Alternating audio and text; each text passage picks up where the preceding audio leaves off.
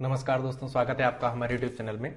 हम आज डे 4 में हिंदी साहित्य में आदिकाल की पृष्ठभूमि पे चर्चा करेंगे, यानी इसके नामकरण और काल विभाजन के अंतर्गत जो प्रश्न आते हैं, किस तरह से प्रश्न आते हैं, तो हम इन सभी चीज़ों पर एक बहुत अच्छा अध्ययन और विश्लेषण करेंगे। परीक्षाएं आपकी जो हैं LTE, DSSB, RPSC, PGT, TGT, NET, JRF, इन सभी के लिए हमारा ये सेशन बहुत महत्वपूर्ण है। आपको 100% यहाँ से कुछ ना कुछ आउटकम अवश्य मिलेगा। प्रारंभ करते हैं कोई बिना समय गवाए हुए पहले बिंदु से। इसमें सबसे पहले हम बात करेंगे कि आदिकाल को अनिर्दिष्ट लोक प्रवृत्ति का, अनिर्दिष्ट यानी जो लोक प्रवृत्ति है उसके अनिर्दिष्ट जो विश्लेषण है उस पर हम यहाँ पे जोड़ देंगे। तो इस तरह से आदिकाल को हम प्रथम काल मानते हैं, यानी आदि का अंत मतलब जो होता है, आदि का ये मतलब होता है प्रथम से, पहला, जहां से किसी भी चीज का प्रारंभ होता है।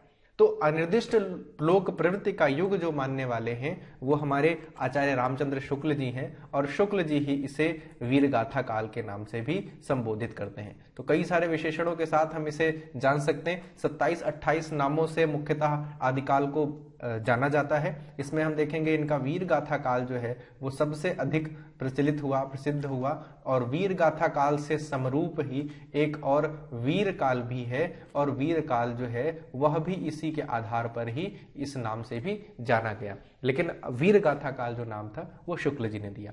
आगे बढ़ेंगे, हम अगले प्रश्न की चर्चा करेंगे। इसमें देखेंगे कि आदिकाल की इस दीर्घ परंपरा के प्रथम 150 वर्ष, प्रथम 150 वर्ष यानी अगर हम 7वीं शताब्दी से माने तो लगभग 850 तक की समयावधि।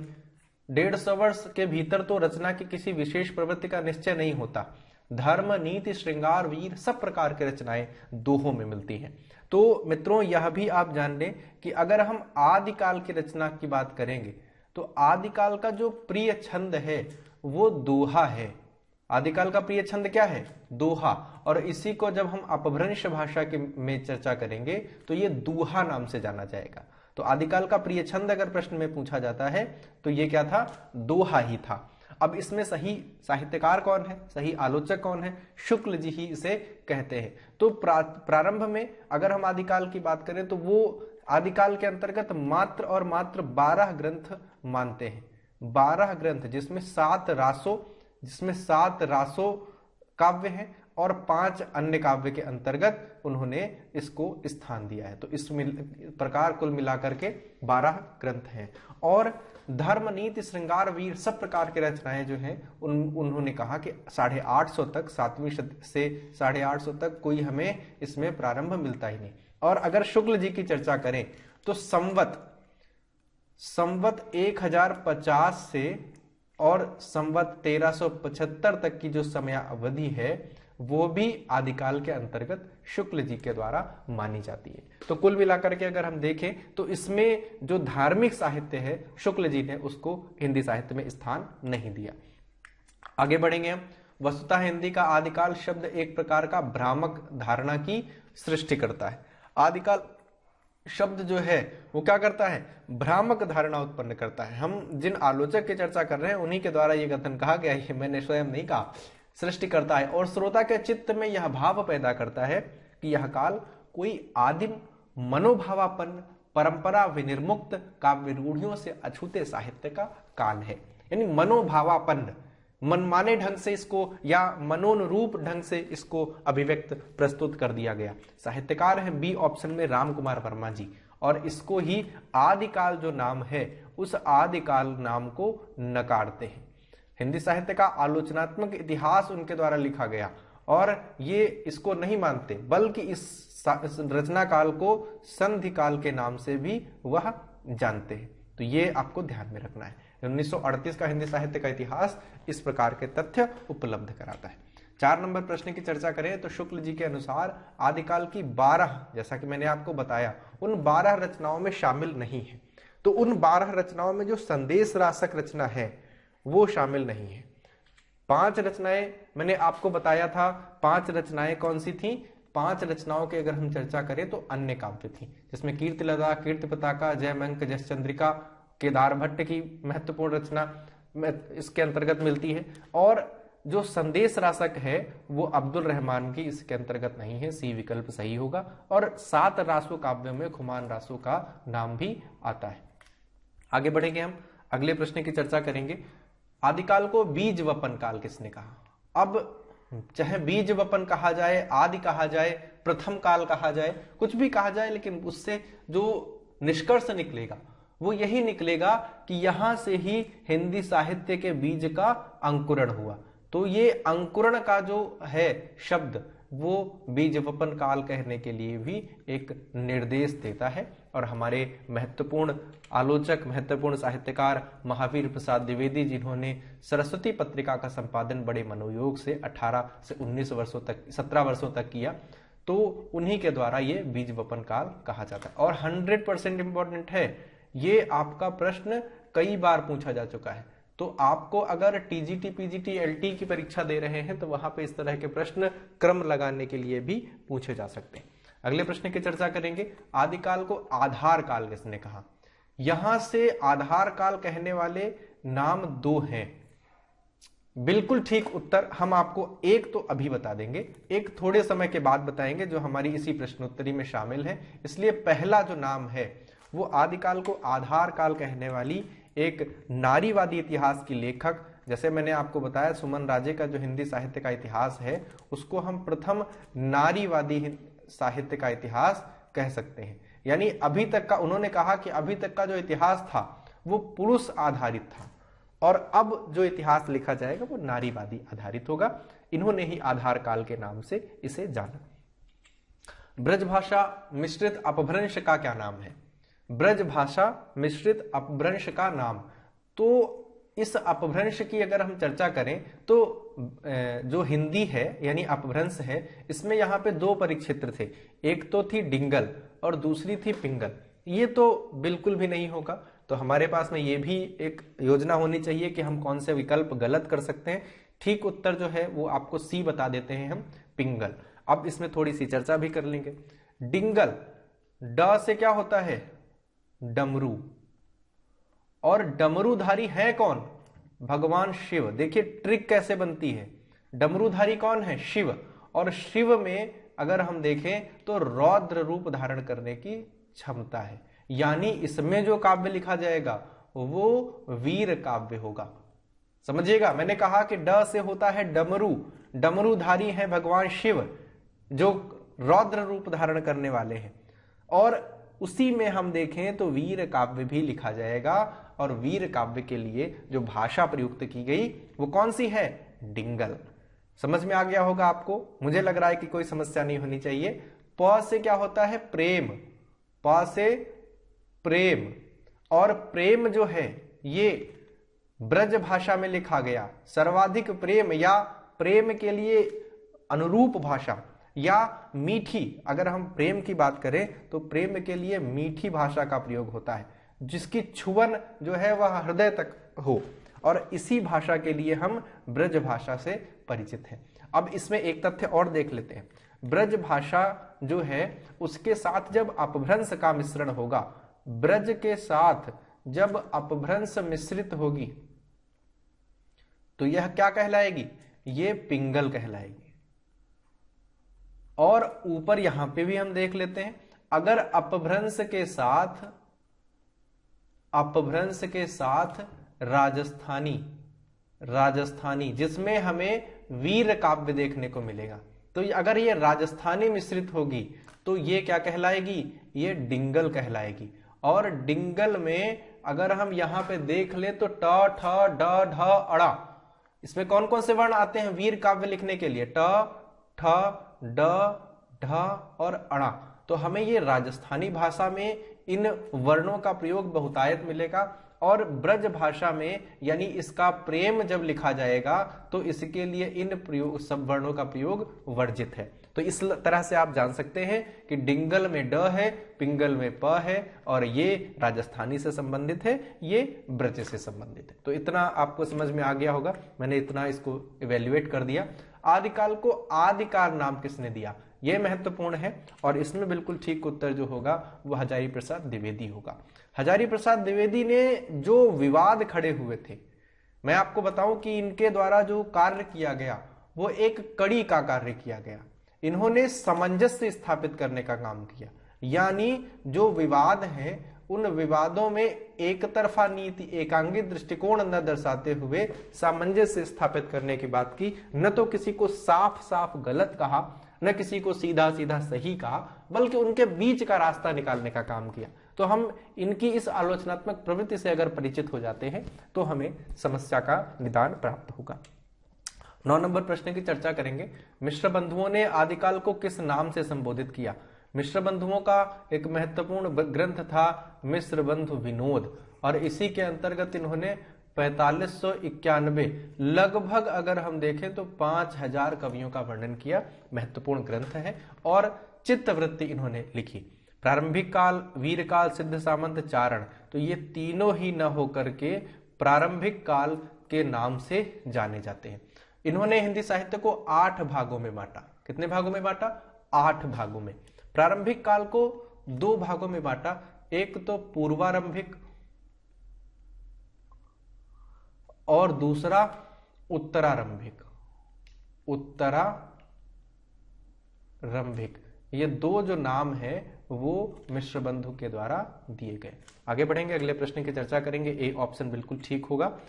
10 नंबर प्रश्न, संधिकाल नाम आदिकाल के लिए किसने प्रयुक्त किया? मैं इस प्रश्न को इसी परंपरा में 2 बार बता चुका हूं।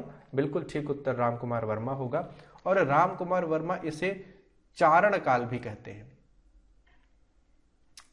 चारण काल के नाम से भी रामकुमार वर्मा आदिकाल को जानते हैं। आगे बढ़ेंगे, डी ऑप्शन बिल्कुल ठीक होगा। हम इसमें बात करेंगे 11 नंबर की, संक्रांति काल।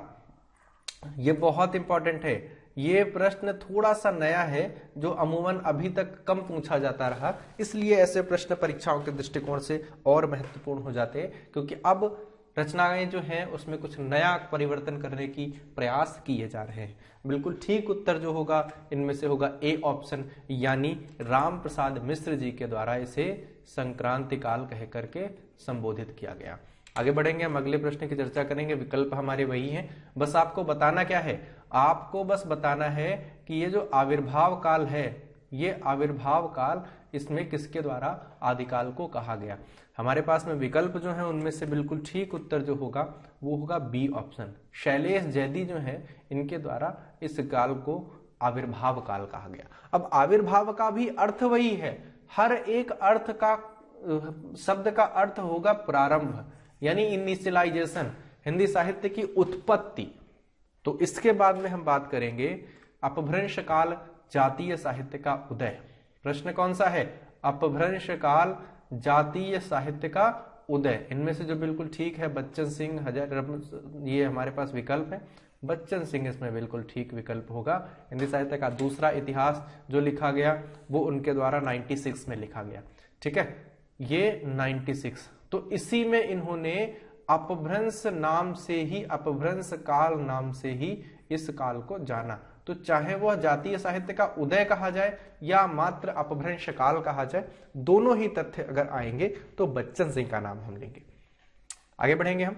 इसमें हम आपको बता दें कि हिंदी साहित्य के हमारे चैनल पे बैचेस प्रारंभ हो रहे हैं। अगर आपको कोई भी बैच ज्वाइन करना है, इसमें TGT, PGT, LT, first grade, TSSB K, VS, NVS, assistant professor, तो आप बहुत ही मनोयोग से इसे धारण कर सकते हैं, ज्वाइन कर सकते हैं। हम आपको बेहतर से बेहतर एनालिसिस उपलब्ध कराने का प्रयास करेंगे। उद्भव काल, आदिकाल को किसने कहा? उद्भव, अब देखिए वही बात है, चाहे वह आविर्भाव हो, उद्भव हो, बीज वपन हो, बिल्कुल ठीक उत्तर इनमें से जो होगा वो सी ऑप्शन होगा, वासुदेव सिंह जी का नाम आएगा। कौन सा नाम आएगा? वासुदेव सिंह आपको ठीक उत्तर चुनाव करना है, जो इसे उद्भव काल के नाम से प्रयुक्त करते हैं। नेक्स्ट वन, प्रारंभिक काल तथा शून्य काल। शून्य मतलब अभी तक हिंदी साहित्य के नाम पे सब क्या था? जीरो था। अब क्या हुआ है? अब परिवर्तन हुआ है। अब ये शून्य जो है ये अपने उच्च कोटि की ओर बढ़ने के लिए आतुर है। ठीक उत्तर इनमें से जो होगा वो होगा डी ऑप्शन। गणपति चंद्रगुप्त इसे शून्य काल के नाम से भी जानते हैं, और आपको इसमें ध्यान देना है कि इनके द्वारा हिंदी साहित्य को 3 भागों में बांटा। ठीक है, हम चर्चा करेंगे आदिकाल को चारण काल किसने कहा? चारण काल किसने कहा? या हम ये कह सकते हैं कि किसने किसने कहा। दो साहित्यकारों ने मुख्यतः इसमें कहा है। एक नाम हम आपको बता चुके हैं, राम कुमार वर्मा। राम कुमार वर्मा। अब आपका धर्म बनता है कि यह जानना कि चारण काल कहा क्यों गया। तो दूसरा नाम जो है वो हमारे ग्रियर्सन महोदय हैं। कौन है? ग्रियर्सन महोदय।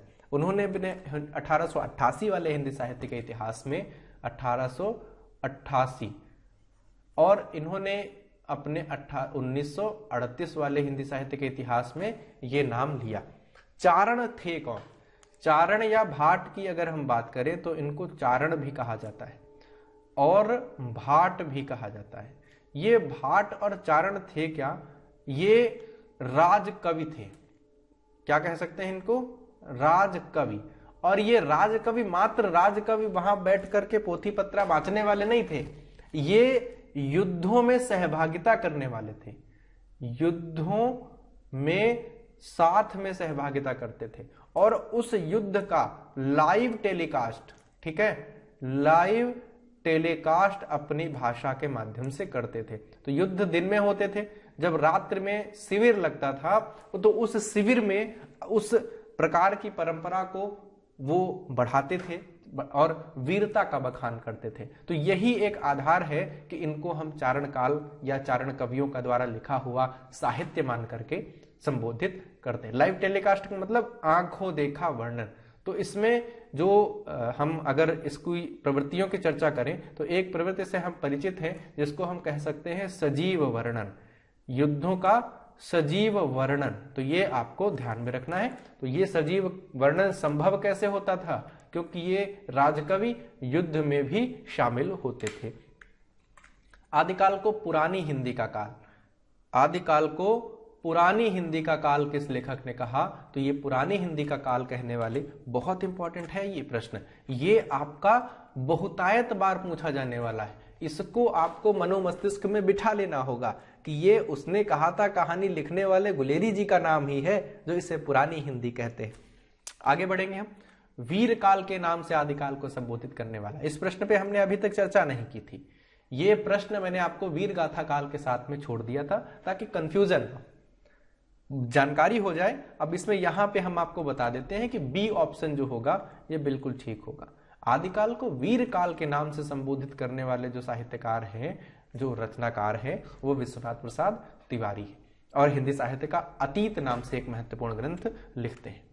अंधकार काल के नाम से मतलब अंधकार काल इसलिए कहा गया कि इसमें कुछ नया नहीं किया गया, इसमें मात्र श्रृंगारिक परंपरा थी और वीरता की परंपरा थी, जिसमें भी प्रामाणिकता में संदेह है और उसमें भी अतिशयोक्ति का बढ़ा चढ़ा करके वर्णन किया गया है। तो बिल्कुल ठीक उत्तर जो होगा इनमें से वो पृथ्वीनाथ कमल कुलश्रेष्ठ जी का है। सही उत्तर कौन सा है? पृथ्वीनाथ कमल कुलश्रेष्ठ। ये अंधकार काल। एक अंधकार काल से हम आपको और अवगत करा देते हैं।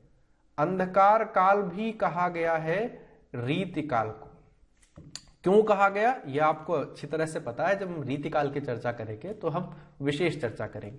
और ये कहा है त्रिलोचन शास्त्री, सोनेट के लिए जाने जाने वाले त्रिलोचन शास्त्री या वासुदेव सिंह। बिल्कुल ठीक उत्तर। तो अंधकार काल आदिकाल को भी कहा गया और वो कहा कमल कुलश्रेष्ठ जी ने।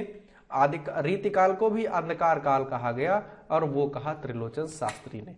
जयकाव्य काल के नाम से तो जयकारा लगाने का जो काम किया, जो हमें रासों में भी मिलेगा, जो हमें विजयपाल रासों में भी मिलेगा, जो हमें विसल देव रासों में भी मिलेगा, बिल्कुल ठीक उत्तर। और यही हमें परमाल रासों में मिलेगा। ठीक उत्तर जो होगा बी ऑप्शन है। बहुत अच्छे तरीके से ध्यान दे लीजिए। ये जितने भी नए नाम आपको मिल रहे हैं ये मान के चलिए आने वाले समय में परीक्षा के प्रश्न यही बनने वाले हैं। इसलिए जयकाव्य काल के नाम से रमाशंकर शुक्ल रसाल जी के द्वारा ही कहा गया। आगे बढ़ेंगे हम। आधार काल के नाम से ये प्रश्न मैंने आपको प्रारंभ में ही इससे अवगत कराया था कि एक तो नाम लिया था सुमन राजे का, एक तो नाम लिया था मैंने नारीवादी इतिहास लिखने वाली सुमन राजे और दूसरा नाम है वो मोहन अवस्थी है। ये दोनों ही के द्वारा ये यूपीपीएससी की अगर हम बात करें जीडीसी में ये प्रश्न पूछा जा चुका है।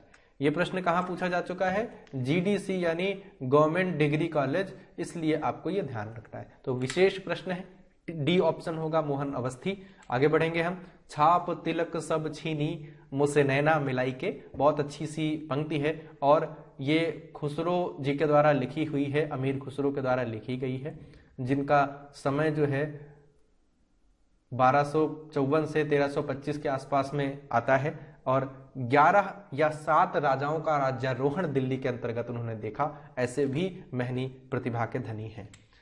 इसमें आपको महत्वपूर्ण एमसीक्यूज 45 मिनट की लाइव क्लासेस, डिस्कशन नोट्स सभी कुछ उपलब्ध कराया जाएगा। ज्वाइन कर सकते हैं आप हमारे चैनल को, लाइक शेयर सब्सक्राइब कर सकते हैं। आप हमारे साथ बने रहें हमारे चैनल गुरु चेला एकेडमी में, सब्सक्राइब करें, बेल आइकन प्रेस करें। यूट्यूब, फेसबुक, टेलीग्राम, व्हाट्सएप सभी माध्यमों से आप हमारे साथ संपर्क भी स्थापित कर सकते हैं। धन्यवाद।